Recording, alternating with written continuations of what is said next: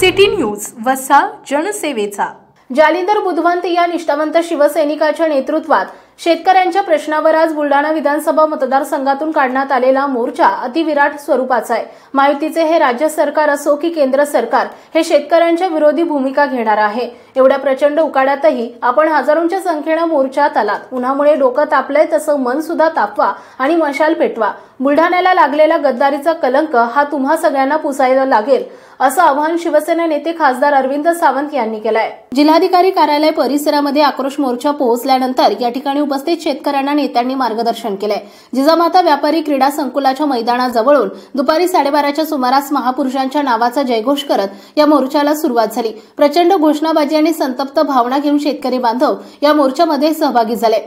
कोण आला रे कोण आला, शिवसेनेचा वाघ आला, जय भवानी जय शिवाजी। शेतकऱ्यांना न्याय न देणाऱ्या महायुती सरकारचं करायचं काय, खाली मुंडकं वर पाय अशा घोषणांनी बुलढाणा दणाणून गेलाय। सुरुवातीला कलापथक असलेले ट्रॅक्टर, बैलगाड्यांमध्ये बसलेले शेतकरी, त्यांच्या हातात असलेले वेगवेगळे फलक, नंतर खासदार अरविंद सावंत, विधान परिषदेचे विरोधी पक्षनेते नामदार अंबादास दानवे, जिल्हा संपर्क प्रमुख प्राध्यापक नरेंद्र खेडेकर, शिवसेना जिल्हा प्रमुख जालिंदर बुधवंत आणि अन्य पदाधिकारी आणि त्यांच्या पाठीमागे शेतकरी बांधव। महत्वाचे म्हणजे मोठ्या संख्येने महिला या मोर्चामध्ये सहभागी झाल्या होत्या।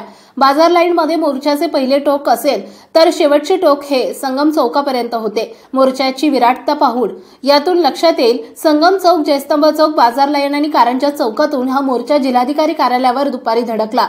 यावेळी नेत्यांनी मार्गदर्शन केले। शिवसेना नेते खासदार अरविंद सावंत म्हणाले की या देशामध्ये मणिपूरमध्ये आजही अत्याचार सुरू आहेत। मणिपूरमध्ये लाडक्या बहिणी नाहीत का? पंतप्रधान नरेंद्र मोदी आतापर्यंतही मणिपूरमध्ये गेलेले नाहीत। निवडणुकीच्या तोंडावर शेतकऱ्यांची फसवणूक करण्याचं काम सुरू आहे। कांदा आणि सोयाबीनच्या निर्यात शुल्काबाबत त्यांनी प्रश्नचिन्ह उभे केले। जो आमदार आमच्या बहिणीची जमीन लाटतो आणि वर लाडक्या बहिणीही म्हणतो, हे विकले गेलेले गद्दार आहेत। उद्याच्या निवडणुकीत तुम्हालाच हा कलंक पुसायचा आहे। जिल्हाधिकारी आणि एसपी यांचे देखील डोळे बंद आहेत का असा सवाल उपस्थित केला। स्थानिक आमदार गाडी धुवायला पोलीस ठेवतो। पोलिसाच्या पत्नीला जाऊन विचारा की तुमचे पती आमदाराची गाडी धुतो तर चालेल काय?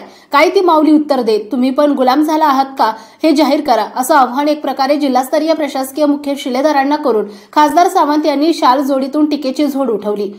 विधान परिषदेचे विरोधी पक्षनेते अंबादास दानवे यांचा रुद्रावतार भाषणातून दिसला। थेट उपस्थित गर्दीच्या मनाला हात घालत त्यांनी अतिवृष्टीचे पैसे मिळाले का, पीक विमा मोबदला मिळाला का अशी हाक शेतकऱ्यांना दिली, तर गर्दीतून उत्तर आले नाही।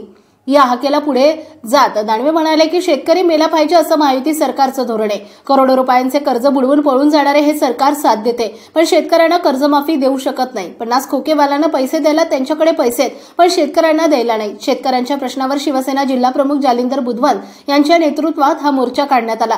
पिकाला भाव नाही, पीक विमा नाही, सरकारला याची लाज वाटली पाहिजे असं दानवे म्हणाले। इथला आमदार स्वतःला धर्मवीर म्हणून घेतो तो तर गद्दार आहे। कमिशनखोरीमध्ये गुंतलेले हे वाचाळवीर, अजून त्यांच्या जिभेला काही हाड अशी थेट टीका दानवे यांनी केली आहे। पोलिसांनी देखील शेपूट घातले असल्याचं म्हणत रीटा उपाध्याय नावाच्या महिलेची जमीन हडपलेली आहे। ती महिला न्याय मागत आहे। जिल्हाधिकारी कार्यालयासमोर आपण आहोत। जिल्हाधिकारी यांनी त्या बाईची जमीन मोजून दिली पाहिजे। 2 महिने थांबा, सरकार बदलणारे असा दम देखील दानवे यांनी भरला। लाडक्या बहिणीची घोषणा करताच खोटे आश्वासन देतात। आज तेल, तुरडाळ यांचे भाव काय?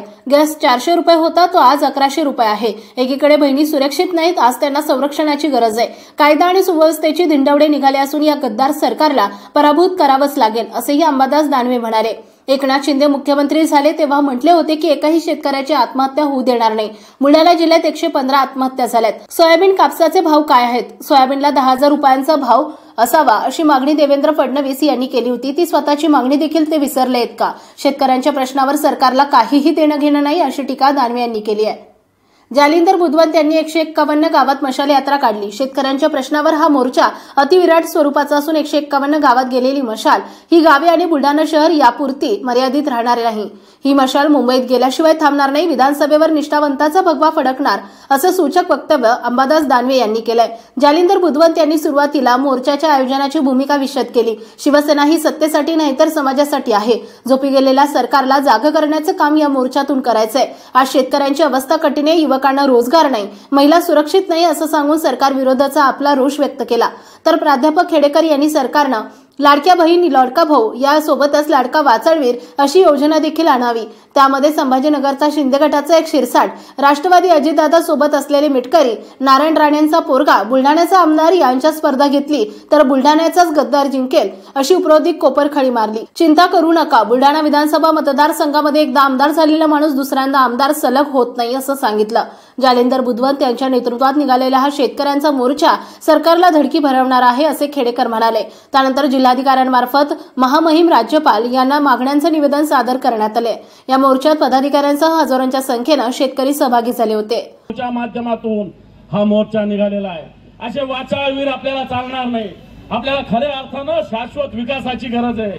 या तालुक्यामध्ये, या मतदारसंघामध्ये सिंचनाची आवश्यकता आहे। या मतदारसंघातील शेतीची डेव्हलपमेंट होण्याची आवश्यकता आहे। या भागातील तरुणांना, बेरोजगारांना रोजगार मिळण्याची आवश्यकता आहे। या विषयाकडे लक्ष देण्याची आवश्यकता आहे। पुतळे उभा राहून महागाई कमी होणार नाही। पुतळे उभा करून शेतीचा दर्जा सुधारणार नाही। पुतळे उभा करून रोजगार मिळणार नाही। म्हणून रोजगार मिळत नाही। रोजगार गुजरातला चालले जातात। आपल्या इथले राज्यातले रोजगार कंपन्या गुजरातला पाठवल्या जातात। म्हणून असं हे सरकार, या महाराष्ट्रातलं सरकार हे मुख्य सरकार आहे। शेतकऱ्याच्या प्रश्नावर, सर्वसामान्याच्या प्रश्नावर बोलत नाही। हे बैर सरकार आहे। शेतकऱ्याचा टाव याला ऐकू येत नाही। माता भगिनीच्या किंकाळा याला ऐकू येत नाही।